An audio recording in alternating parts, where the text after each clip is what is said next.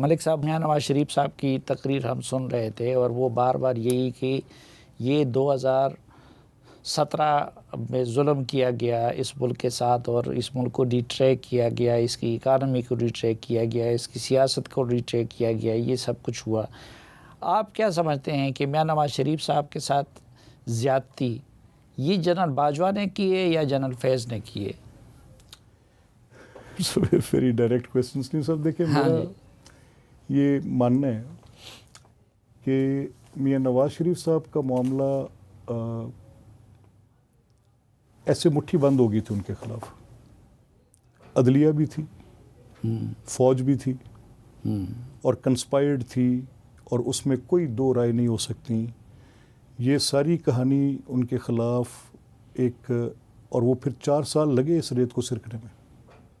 تو وہ یہ کہنا کہ اس میں کتنی کنٹریبیوشن کس کی ہے اور کس نے کیا کیا. Mian Nawaz Sharif was victim of the situation, اور ان کو سپریم کورٹ میں فیصلے کے ذریعے نکالا گیا.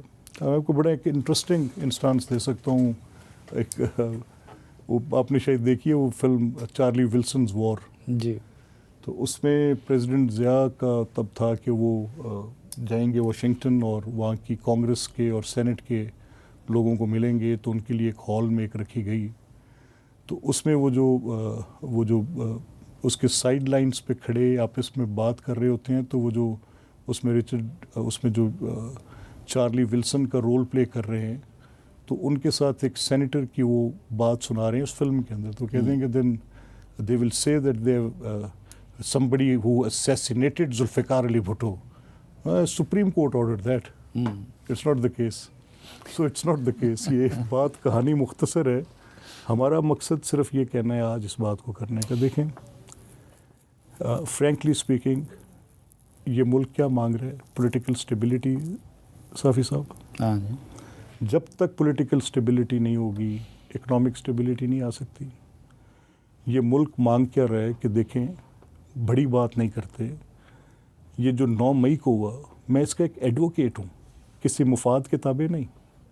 یہ افواج جو ہیں یہ نہ صرف پاکستان کی، ہندوستان کی، امریکہ کی، دنیا کی، یہ اپنی شیولری پہ، اپنے ویلر پہ، اپنے میڈلز پہ، اپنی ڈرم بیٹ پہ، اپنی اس پرائیڈ پر زندہ رہتی ہیں. اگر آپ ان سے یہ چھینیں جیسے 9 مئی کو چھینی اور اس طرح کے اقدامات کریں، اگر وہ ناکام ہو جائیں تو بغاوت ہیں، اور اگر وہ جیت جائیں تو انقلاب ہے. اور وہ انقلاب برپا ہوا. مشرقی پاکستان شیخ مجیب کی کہانی آپ کے سامنے، انقلاب برپا ہوا. اور یہ انقلاب اگر یہ ہو جاتا ٹیک اوور، وہ بغاوت نہیں تھی کیا وہ بات وہ جو 9 مئی کو کی گئی. اب یہ جو جنرل فیض 9 مئی پہ جنرل باجوہ کا کیا رد عمل تھا؟ شدید ترین غصہ. اور وہ ایک ہی واز میری جب ان سے یہ بات ہوئی تو میں نے کسی وقت بھی کسی ایک شخص کو چاہے کہ وہ سپہ سالار ہوں، کبھی کسی شخص کو اتنا ناراض اور افسردہ اور اتنا غصے میں نہیں دیکھا. اچھا. 9 مئی پہ آپ جنرل فیض کی کوئی بات کر رہے تھے؟ لیکن جنرل فیض کی آج کی کیونکہ یہ کورٹ مارشل کا لفظ جو یہ the word court martial itself, اس کی بڑی ایک اہمیت ہے. یہ ایک بڑا غیر معمولی بات ہے. ایک اتنے سینئر جو لیفٹنٹ جنرل ہوں اور جن کا سینیورٹی میں اتنا بڑا نام رہا ہو، اور جنہوں نے کمان کی ہو، کور بھی کمان کی ہو، ڈی جی آئی بھی رہے ہوں، یہ غیر معمولی واقعہ ہے، بے انتہا غیر معمولی. اب کورٹ مارشل کا ورڈ یہ پرپوز کرتا ہے اور یہ ڈیمانڈ کرتا ہے کہ اس پر کیا سرائی سے اجتناب ہونا چاہیے. اگر یہ جو لوگ مزید پکڑے جا رہے ہیں اور ان کی کوئی کنیکٹیویٹی 9 مئی جیسے ایکٹ کے ساتھ ملتی ہے، تو پھر یہ اگر تلے سے زیادہ مختلف نہیں ہوگا، یہ پھر کوئی باقی کی گئی سازشوں سے زیادہ مختلف نہیں لیکن اس پہ لوگ یہ سوال اٹھاتے ہیں کہ وائی اونلی جنرل فیض؟ نہیں دیکھیں نا، اگر میں اس طرح کے کام اکیلے تو نہیں کیے جا سکتے. دیکھیں سلیم صاحب، اگر میں کنٹریبیوٹ کرتا ہوں کسی چیز میں، ایک ایکٹ میں کرتا ہوں، اور میرے سے سپیریئر اس کے علم میں نہیں ہے اور میں کرتا ہوں، تو میرے اپنے کلپیبل ایکٹس کا ذمہ دار میں ہی ہو سکتا ہوں. اس سے پہلے بھی اس کمان میں اوپر کمان کسی کی ہوگی، نیچے اسپیونیج پہ بھی لوگوں کو، سینئر آفیسرز کو کنوکٹ کیا گیا ہے، سزائیں دی گئی ہیں، گردنیں اڑائی گئی ہیں. تو یہ سوال بات کرنی جو یہ کر رہے ہیں، میرا نہیں خیال کہ it makes sense, but it does not absolves the person جس کے متعلق یہ بات کی، اور وہ پھر اکیلے تھوڑی ہو رہے ہیں. کل 2 بریگیڈیئر لیول رینکس کے آفیسرس کو بھی اریسٹ میں لیا گیا، اور پھر اور بھی کوئی تانے بانے سول لوگوں سے ملے، کچھ جیل میں موجود افراد کے ساتھ ملے، اور اب یہ ٹریل بھی اویلیبل ہو رہی ہے جو ہم میڈیا میں دیکھ رہے ہیں. آبویسلی جو کورٹ مارشل والی پروسیڈنگز ہیں وہ تو جب پبلک ادارہ کرنا چاہے گا تب ہوں گی. وہ ایک بڑا ڈسپلنڈ ادارہ ہے، اور اللہ کا شکر ہے کہ اتنا تو آپ ڈسپلنڈ سمجھتے ہیں کہ یہ دوسری اگرتلا سازش تھی؟ میرا یہ ماننا ہے کہ جی اگر یہ کامیاب ہو جاتی تو یہ انقلاب ہوتا. کر تو دی تھی انہوں نے، اور اگر یہ ناکام ہے تو بغاوت ہے، اور یہ لوگ مجرم ہیں جنہوں نے کیا. اور بغاوت کس کے خلاف ہے؟ ریاست کے خلاف. حملے کس کے خلاف ہیں؟ 29 چھاؤنیوں پر ایک ہی دن میں حملہ. کیا یہ ایک کوئنسیڈنس ہو سکتا ہے؟ ممکن نہیں ہے.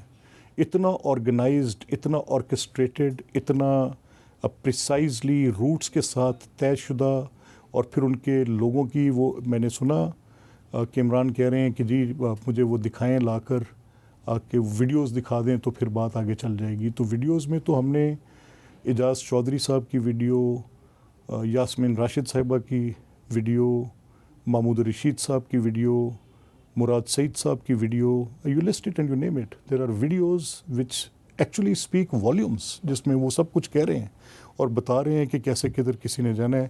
شہریار افریدی ہمارے دوست ہیں، محترم ہیں، ان کی ویڈیو کوئی تھوڑی 1-2 ویڈیوز نہیں ہیں. میں ایویڈنس تو کورٹ جانے، پروسیکیوٹر جانے وہ بات کریں. میں اس کے سیاسی پہلو پہ بات کر رہا ہوں. میں سمجھ رہا ہوں کہ جس حکومت کا میں آج اس کا حصہ نہیں ہوں، میں ایک اسمبلی کا اسپیکر ہوں، میرے منصب کا بھی تقاضا نہیں ہے کہ میں آ کے کسی ایسی کنٹروورشل بات پہ بات کروں، لیکن I couldn't resist your call. میں احتراماً آ گیا. Thank you ji. اور میں صرف یہ کہنا چاہتا ہوں کہ دیکھیں، آج وقت صرف پیچھے دیکھنے کا نہیں ہے، آج وقت آگے دیکھنے کا، اس کو لے کر چلیں. میرا یہ تقاضا ہے تمام اکابرین سے، تمام پولیٹیکل لوگوں سے، تمام عسکری قیادت سے، محترم جج صاحبان کے ساتھ.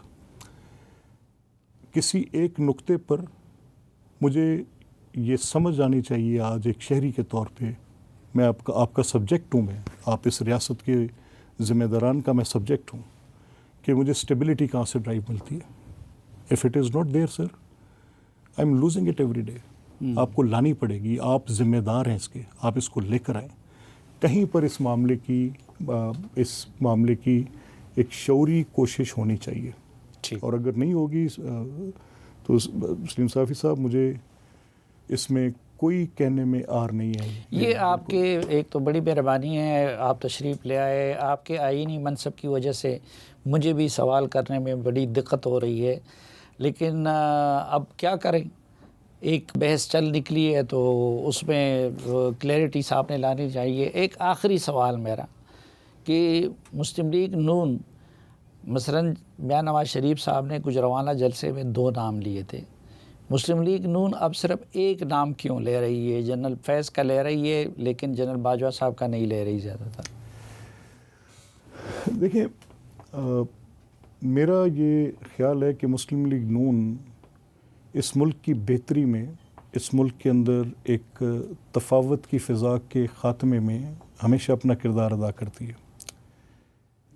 یہ کوئی شک نہیں ہے، جس وقت میاں نواز شریف صاحب گجرانوالہ جلسے میں یہ بات کر رہے تھے، وہ عمران کو لانے کے حوالے سے اور ملک کی صورتحال یہ ہونے کے حوالے سے کر رہے تھے کہ آج اگر مہنگائی ہے، آج اگر ملک کا معیشت ڈوب رہی ہے، اور آج اس ملک کے اندر عدم استحکام ہے، اور یہ جو شخص جس کو ذمہ دار بنا کر بٹھایا گیا ہے، تو اس وقت وہ یہ ضرور کہہ رہے تھے کہ تب جنرل باجوہ، اور تب یہ ضرور کہہ رہے تھے کہ جنرل فیض حمید صاحب آپ جواب دیں، بتائیں.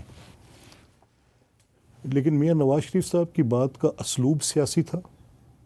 میاں نواز شریف صاحب کی بات کی پولیٹیکل کانوٹیشن بالکل پولیٹیکل تھی، کانسیکوینس بھی پولیٹیکل تھا. وہ ایک سیاسی آدمی ہے، ایک اسٹیٹسمین ہے. جبکہ عمران صاحب نے یہی بات جب جنرل باجوہ کے خلاف کی، میرا یہ ماننا ہے کہ وہ بڑے محسن کش ہیں. آج تو جنرل فیض کو بھی ڈسون کر رہے ہیں جو ان کی حکومت بنا کر چلنے کے رکھنے کے ذمہ داران تھے. لیکن یہ بات لے کر گالی تک لے کر گئے اس بات پہ انہوں نے ابزرڈیٹی لائے, اس بات میں انہوں نے obscenity لائے, جتنی بھی ولگیرٹی ہو سکتی تھی لے کر آئے, اور کسی لیمے پہ اس پیمانے.